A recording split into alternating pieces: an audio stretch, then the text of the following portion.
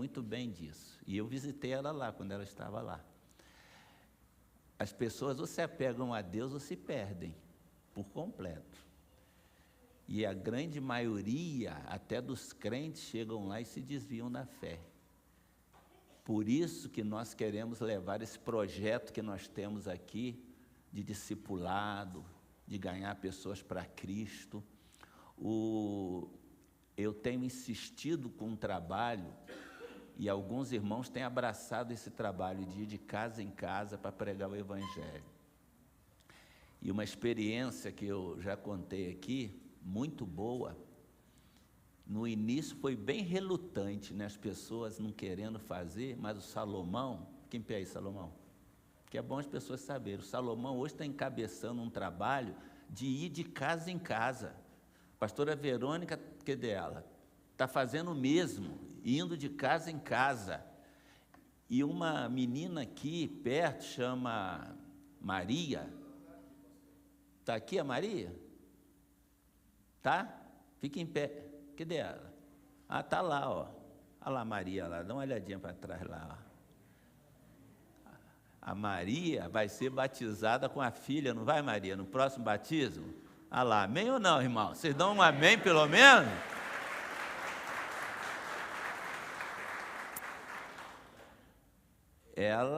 O Salomão bateu lá, e ela estava numa busca, aceitou fazer o estudo, fez o estudo, foi para uma célula, e eu fui lá na célula, aqui do Jardim Glória, e ela vai ser batizada. Ela contou essa experiência lá. Alguém bateu na minha casa. Por isso, não foi à toa que Jesus diz assim: vocês vão de casa em casa. Foi Jesus que disse, não é o pastor Aloysio, não. Vocês vão de casa em casa. Que a gente não sabe os conflitos que as pessoas estão vivendo dentro de suas casas. E nós temos um grupo que, graças a Deus, está fazendo isso. E eu falei com o pastor Barreto, é para ir atrás das pessoas lá. Nos Estados Unidos a cultura é um pouco diferente, né? Para você ir na casa de alguém. Mas as pessoas estão trabalhando no mercado, estão trabalhando nos bares, nas cafeterias. Eu falei, e você vai onde as pessoas estão. E ele já contou uma experiência de um americano que namora uma brasileira, fala português, e ele já encontrou esse americano, já está fazendo estudo com ele. Está vendo, irmãos? Por isso que a gente quer, amém, por isso que a gente quer dar saltos maiores para levar o Evangelho, não é? E nós batizamos recente aqui uma jovem lá da Suíça, e eu tenho falado com as pessoas que são membros da nossa igreja, que estão na Europa, estão nos Estados Unidos, para se filiarem à nossa igreja lá nos Estados Unidos. E isso já aconteceu com Wesley.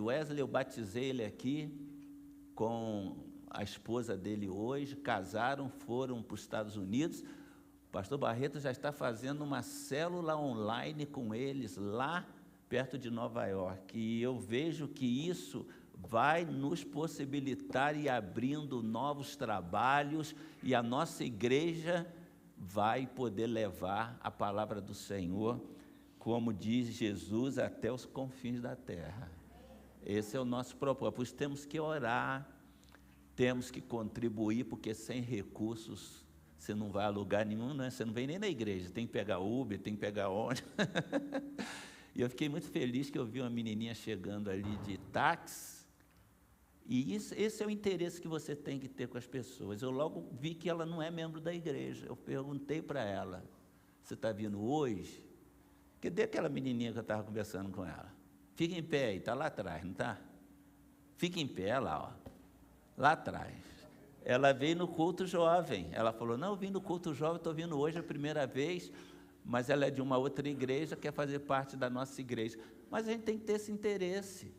Viu uma pessoa que não conhece? Quem é você? Já é membro da igreja? Não é? Eu faço isso com todo mundo que eu encontro. Todo mundo. E contei aqui na quarta-feira, nós inauguramos a igreja lá do Cascatinha, e a minha maior alegria naquele dia foi porque eu encontrei um jovem que joga futebol comigo, que era muito incrédulo. Aí eu vi ele lá, ele olhou para mim, está lembrado de mim, pastor? Falei, claro, você aqui, rapaz. Aceitei Jesus, pastor, vou ser batizado no próximo batismo. Olha que coisa maravilhosa. Olha que coisa maravilhosa. Então, irmãos, isso é que dá prazer da gente pregar o Evangelho, ver as pessoas recebendo Jesus. Ele vai batizar com a esposa. Nós pretendemos, nosso alvo, né? A gente nunca sabe se o alvo será atingido, mas nosso alvo é batizar 100 pessoas no mês de outubro, 100 pessoas, inaugurando o nosso novo templo para a glória e honra, uma igreja, né?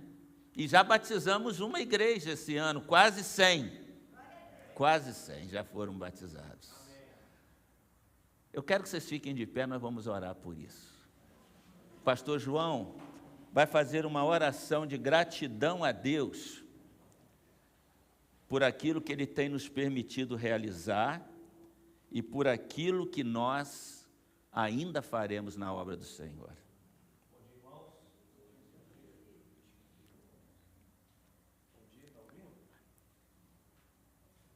Vamos orar. Amém? Graças a Deus, o pastor Samuel falou, o privilégio de estarmos começando o dia, a semana, aos pés de Cristo. Isso é um privilégio para quem está aqui hoje.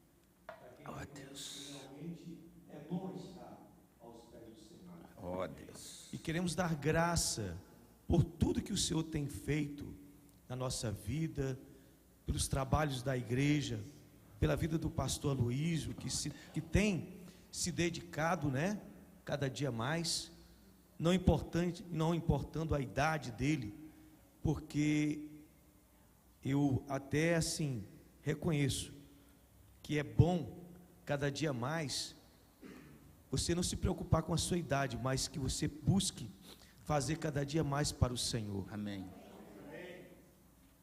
Que você busque, como o Samuel, o pastor falou aqui, o Salomão, a pastora, de estar indo de casa em casa, atrás de pessoas que estão perdidas, porque esse é o papel da igreja, como o pastor bem falou. Jesus falou para nós irmos de casa em casa, então que nós possamos fazer isso. Ó Deus. Pai, graças te damos, Amém, Jesus, Senhor. por tudo, ó Pai. Obrigado por tudo, Senhor. Eis aí a tua igreja, Pai. Que a tua igreja cada dia mais, Senhor, seja grata por tudo que tu és, por tudo que o Senhor tem feito, ó Pai. Que a tua igreja cada dia mais, Senhor, seja uma igreja, Pai, feliz, Senhor. Não importando, ó Pai, como está passando, ó Pai.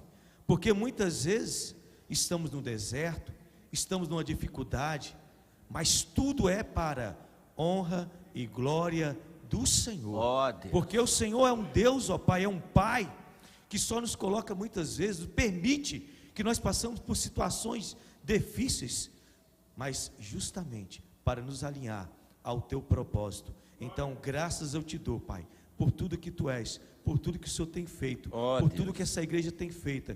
Pai, em nome de Jesus, que não possamos, ó Pai, apenas batizar 100, mas milhares e milhares, ó Pai, espalhado por esse mundo inteiro, ó Pai. Que a igreja do Senhor, Pai, seja uma igreja relevante, ó Pai, uma igreja que busque, uma igreja que ore, Pai, não apenas, ó Pai, aqui, mas que possamos buscar cada dia mais o Senhor, nas nossas casas, aonde estivermos, ó Pai, que possamos buscar, ó Pai, dar testemunho, porque não tem como trazer pessoas para Ti, sem dar um bom testemunho. Que a Tua igreja, Pai, cada dia mais tenha essa consciência, que temos que ser homens e mulheres semelhantes a Ti, com a mente renovada pela de Cristo. Assim eu te agradeço, em nome de Jesus, amém. Amém, Senhor. Amém, Jesus. Podem assentar, amados. Vamos abrir a palavra de Deus nesta hora, para nossa reflexão. Vou falar do mesmo tema que comecei na quarta-feira, e vou falar hoje à noite, até porque eu gostaria de fazer uma pergunta. Quantos estavam aqui quarta-feira à noite? Levanta a mão, só para eu saber. Você vê que o nosso auditório, ele não é o mesmo, não é? Então, eu tenho que pregar a mesma mensagem, porque senão você não vai saber aquilo que o pastor tem colocado para a igreja nos outros cultos. E esse agora é o desejo do meu coração, tratar de alguns temas durante a semana. E o tema que nós temos proposto é este. Vocês estão ouvindo bem? Porque eu não estou ouvindo nada aqui. O que é fé para você? Pergunta para a pessoa que está do teu lado. O que é fé para você? Não, mas você perguntou, não ouvi nem você. Pergunta de novo. O que é fé para você? Responda agora. Para você mesmo. O que é fé para você? Você vai ter gente que vai dizer assim, eu tenho muita fé. Como se fé fosse como algo que você comprasse e fosse enchendo, né? O que é fé para você? Eu creio que nós somos vítimas das nossas crenças. Nós somos vítimas das nossas crenças. E na minha compreensão, em geral, os crentes não sabem muito bem o que é fé. Nós estamos falando sobre essa temática há muito tempo. Qual a diferença para você entre crer em Deus e ter fé? Você faz essa diferença na tua mente?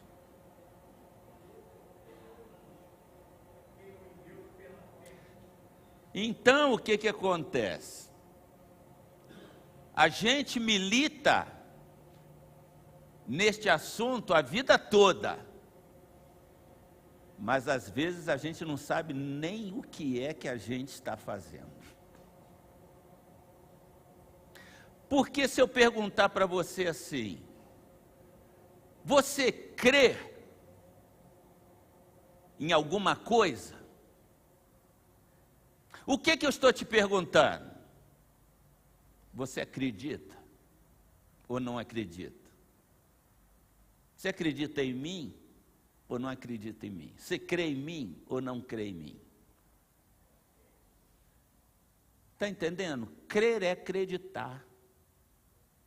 Aquele que crê em mim, diz Jesus, tem a vida eterna. Quem acredita em mim tem a vida eterna. Algumas vezes, fé e crer significam a mesma coisa. Outras vezes, não. São coisas distintas. São coisas diferentes. Mas a fé, ela é alimentada dentro de você à medida que você crê. O primeiro passo é crer. Mas tem muitas pessoas que só creem, mas não tem fé. Acreditar, todos podem acreditar. Ter fé é diferente. E nós vamos ver um pouco sobre isso. Porém, é importante a gente fazer um histórico do porquê eu disse que nós somos vítimas das nossas crenças. Porque em Mateus 16, 18, Jesus diz assim, eu edificarei a minha igreja e as portas do inferno não prevalecerão contra ela. Porém, a igreja que nasceu no coração de Jesus e que alcançou o coração dos apóstolos, ela ganhou um contorno totalmente diferente e foi se distanciando do propósito de Deus. Vocês conhecem, pelo menos superficialmente, a história da igreja. E a igreja que nasceu no coração de Jesus, ela se perverteu posteriormente. Porque a igreja que era perseguida, a igreja que era presa, açoitada, a igreja que muitos pagaram com a própria vida, sendo jogado aos leões, morrendo incendiado, morrendo em cruz. Essa igreja passou a ser adotada pelo Império Romano.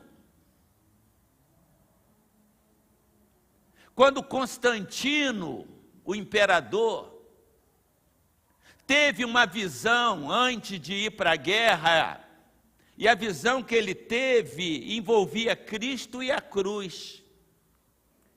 E segundo a história, ele, naquela visão, ele ouviu uma voz que dizia: com este símbolo vencerás. E ele venceu a batalha. E tornou-se um cristão. E agora aquela igreja perseguida não é mais perseguida. Ninguém mais tinha seus bens confiscados, ninguém mais era morto. Então, ser da igreja passou a ser uma coisa boa. E aí, a igreja se perverte.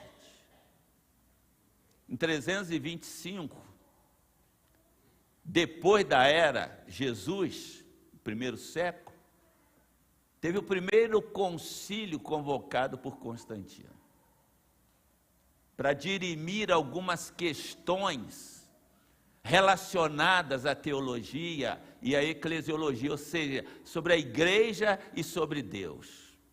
Não vou entrar nos aspectos aqui porque o tempo não nos permite. Mas agora, a igreja começa a receber o paganismo, começa a receber tudo quanto era gente que fazia parte da igreja. A igreja se torna um aparato do Estado de tal maneira que a igreja se tornou tão forte. A igreja agora romana, não mais a igreja de Cristo, se tornou tão forte que todos os reis precisavam tomar bênção à igreja para que fossem legitimados na função.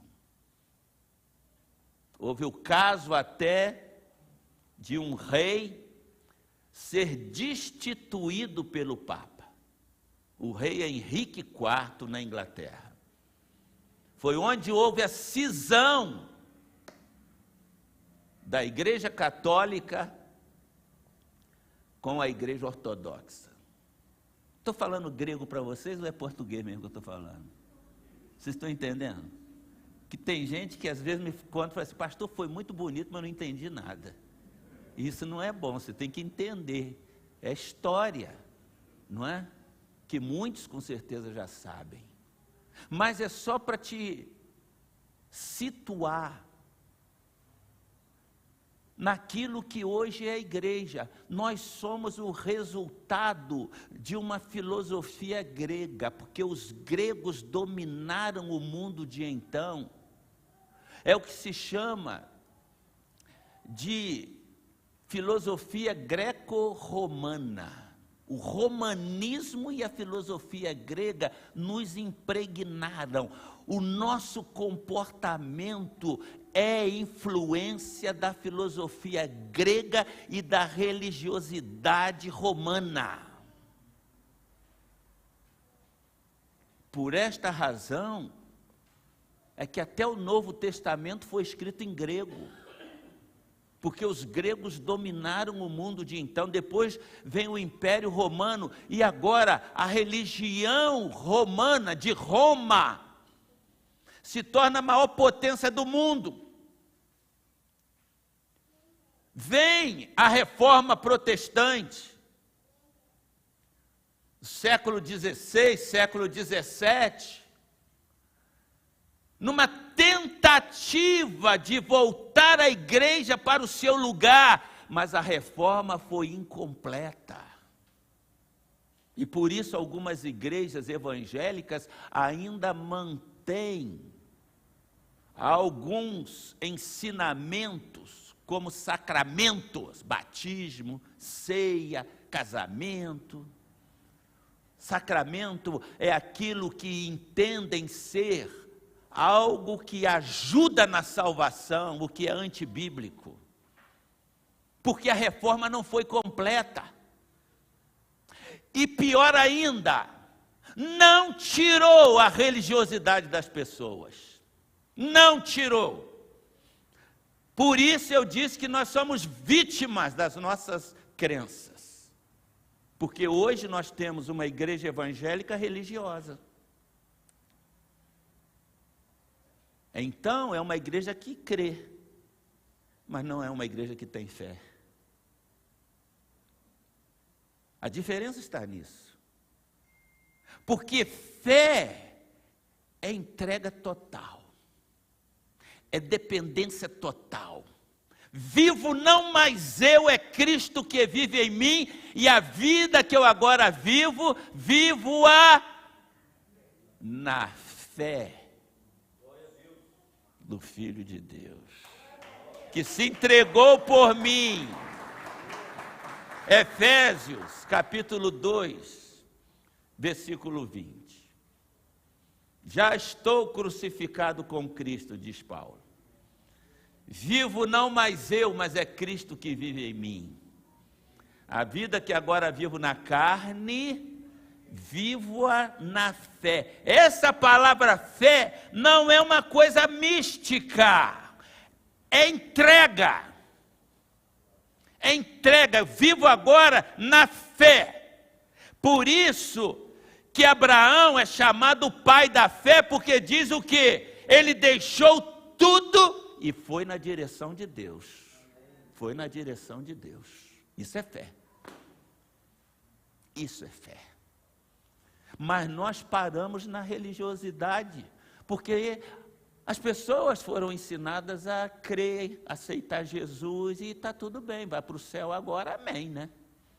Aí não acontece nada. Você não vê os milagres de Deus.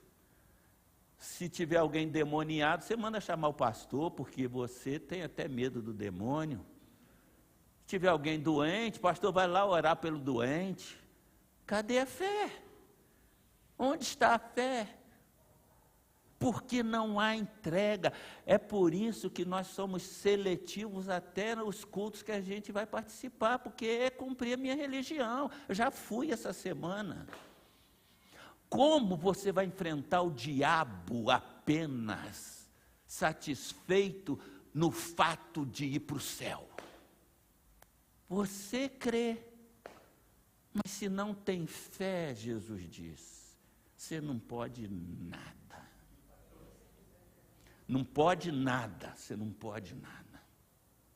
Por isso que Hebreus capítulo 11 vai dizer o que? A fé é o firme fundamento das coisas que se esperam.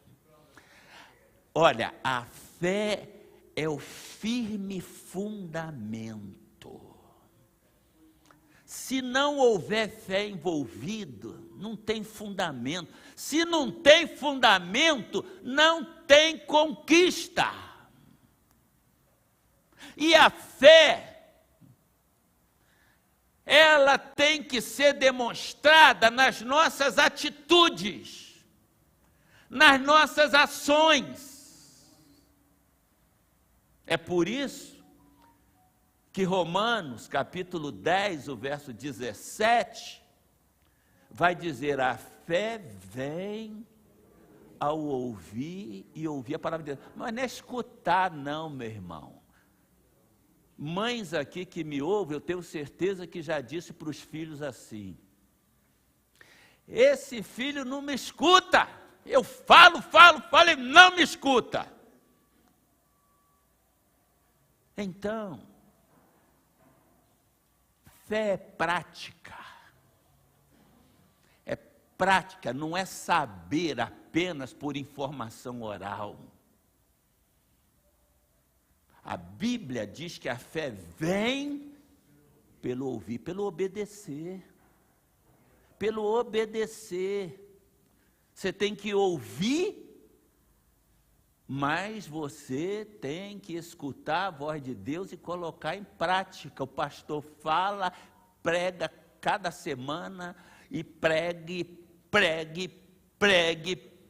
Eu estou aqui há mais de 20 anos pregando e a pergunta é, na tua vida, o que é que você parou e disse assim, não posso mais fazer isto, tenho que fazer outra coisa. Não posso deixar de fazer o que está sendo dito. A gente fala aqui, bater de casa em casa, discipular, ganhar alma. O que é que muda na tua vida? Se não muda, você está sendo só religioso. Você está acreditando em Jesus. Você está acreditando em Jesus. Mas você vai ser cheio de fé à medida que isso começa a tomar conta da tua vida e você vai dizer como Paulo, eu nem vivo mais, agora é Cristo, só Cristo, só Cristo, só Cristo, só Cristo, só Cristo, só Cristo, só Cristo. Enquanto você estiver dizendo só eu, só eu, só eu, só eu, Cristo está fora. E tem gente que é só eu. Só eu. Eu não tenho tempo. Eu tenho que ir para a praia. Eu tenho que ir para a minha fazenda. Eu tenho que ir para o meu sítio. Para o meu trabalho. Minha escola. Cristo está de fora. Agora, quando é só Cristo, eu tenho que ir para a reunião de oração. Eu tenho que ir para o culto. Eu tenho que ir para o louvor. Eu tenho que ir evangelizar. Eu tenho que fazer isso. Eu tenho que fazer aquilo. É Cristo, é Cristo, é Cristo, é Cristo. À medida que você se esvazia de si mesmo, Cristo começa a encher a tua vida. Cristo começa a encher a tua vida. E você passa a ser um homem de fé. Não é afirmação, eu sou cheio de fé. Não é porque você diz que é cheio de fé. Quem diz assim, eu sou cheio de fé, sabe o que está dizendo? Não, eu acredito muito. Não, acredita muito, tudo bem. Eu acredito muito em Jesus. Mas para você ser cheio de fé, não é só acreditar, é se entregar. É quanto mais você se entrega para cumprir a missão que Ele propôs para nós.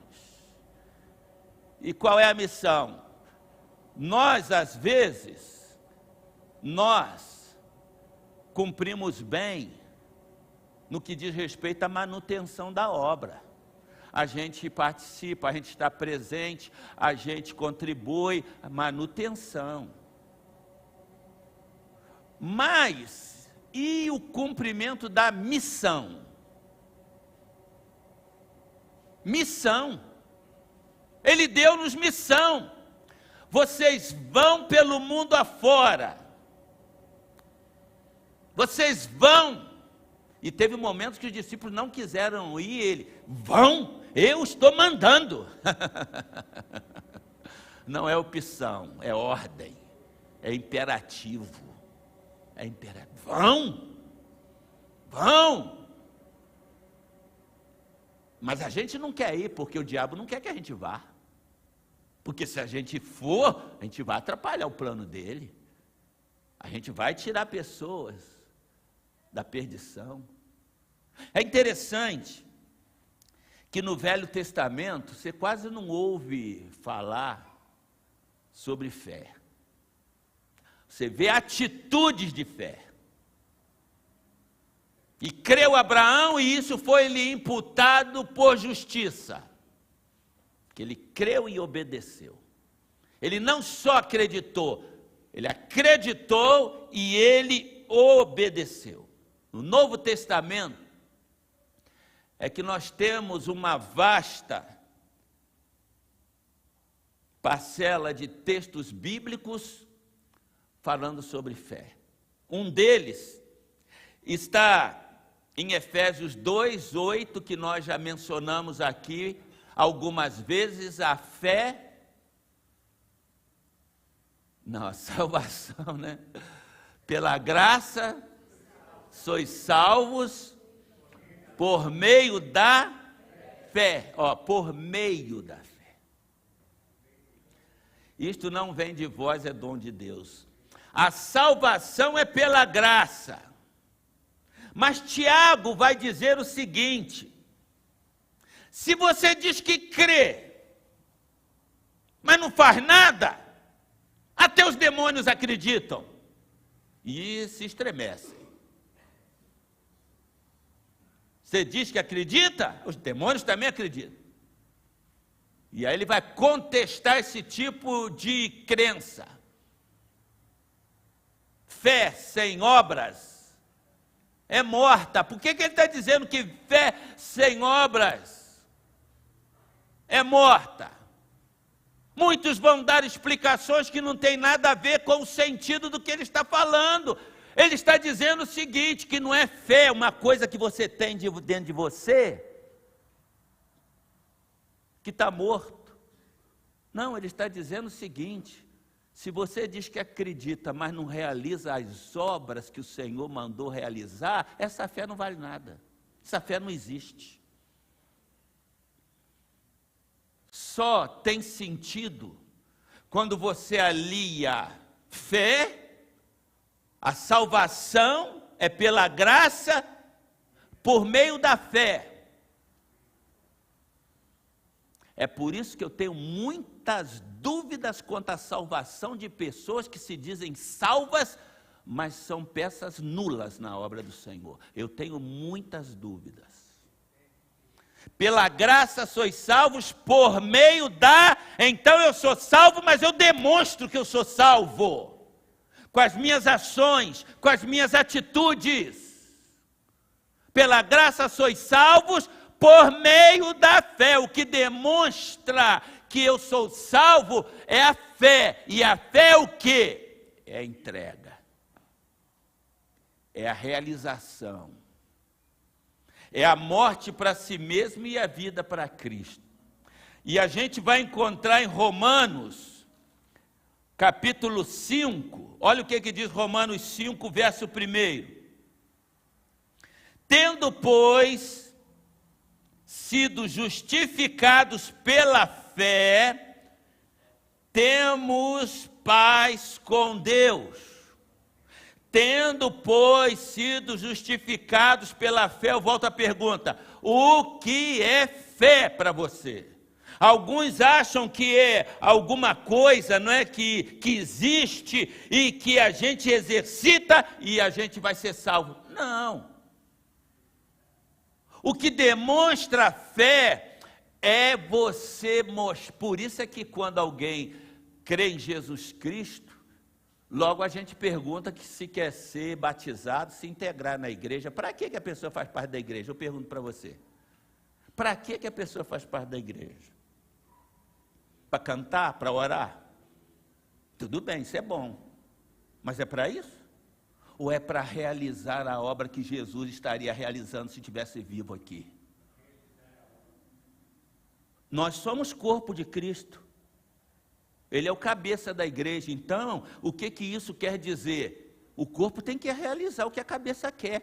Você, como parte do corpo, está realizando o que a cabeça quer?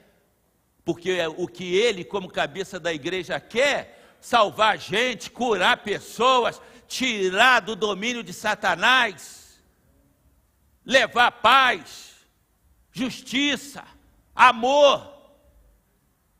Então, nós precisamos ter um entendimento correto dos ensinamentos bíblicos para a gente cumprir aquilo que é o desejo do Senhor da igreja. Eu edificarei a minha igreja, as portas do inferno não prevalecerão contra ela, porque essa igreja vai ser um organismo vivo que vai provocar mudança onde ela estiver. É este o desejo que tenho no meu coração, de cada vez mais plantar a igreja, não é? Só não gostei da oração do pastor João ali, dizer que a gente, quando já está velho e tal, não perde o ano. Eu ainda não cheguei nessa época não, de estar velho, não. Entendeu? A idade...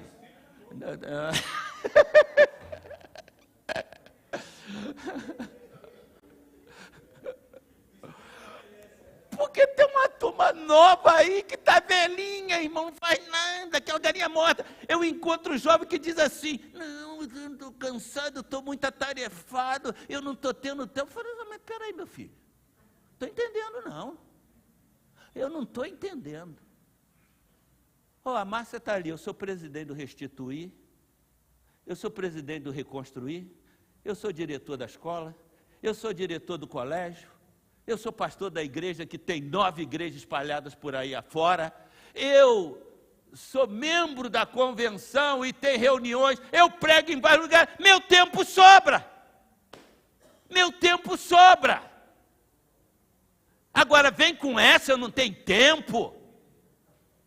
Você não sabe o que é ter prioridade na tua vida. A minha prioridade é Jesus. Você sabia que hoje de manhã eu já fui jogar um futebol de manhã? Aí o pessoal disse assim, fica aqui para a gente jogar de novo. Eu falei, não, eu tenho um compromisso com Deus, tem horário lá que esse eu não falto não, filho. Tenho um compromisso com Deus. Agora, quantos que talvez estejam debaixo das cobertas, estejam vendo um filminho, né? Agora não sei se é hora de filme, vendo futebol, comendo pipoca. Você é crente meia boca, irmão. Até acredita em Deus, acredita em Jesus. Entenderam? O profeta Isaías diz que os que esperam no Senhor, o que vai acontecer? Renovarão. Está um exemplo aqui, 72 anos de qualidade. Os que esperam no Senhor renovarão as suas forças. Correrão, não se cansarão, caminharão, não se fatigarão. Voarão como águias. Um monte de gente aí caidinho, entendeu? Preguiça, cheio de preguiça, sedentarismo, tem ânimo para nada. Se você não tem ânimo para fazer a obra do Senhor, meu amado, e olha que eu vou pregar uma mensagem aí que Deus tira a pessoa, tá? Estou preparando essa mensagem, você cuidado, hein? A gente acha que não, eu não acredito que tem dia para morrer não, mas que eu acredito que Deus tira a pessoa, tira. Tirar que você não está prestando para nada, eu vou levar você, porque você vai só entrar no céu mesmo, não tem galardão nenhum mesmo, então, vou tirar você que você está atrapalhando. Tendo sido, pois, justificados pela fé, temos paz com Deus por nosso Senhor Jesus Cristo. Então, o que prova que você é salvo, que você é justificado, são as suas atitudes para com Deus. Eu sou cheio de fé, não adianta você dizer que é cheio de fé. A tua entrega tem que ser uma entrega total. E não tem limite. Efésios capítulo 4, a partir do verso 11, 12, 13. O 13 vai dizer assim, até que cheguemos à estatura completa de Cristo. O alvo é Cristo. A gente está caminhando. Não pensa que você está fazendo muito, não. Você já viu que tem gente que diz ali, não, eu estou fazendo tanta coisa e ninguém nem me agradece, nem me vê. Meu amigo, o alvo é Cristo. Você está fazendo igual Cristo, você não vai alcançar nunca. Então, quanto mais, porque o alvo é Cristo. Até que cheguemos à estatura completa de Cristo. Não é nem a estatura do pastor, não, é de Cristo. Por isso o desafio dessa manhã é que você saia daquela área confortável de quem apenas crê. De quem apenas crê. Crer é importante? É importante. Mas é o primeiro passo. O que o Senhor quer é que você seja cheio de fé. Por isso ele disse assim, se tiverem fé como um grão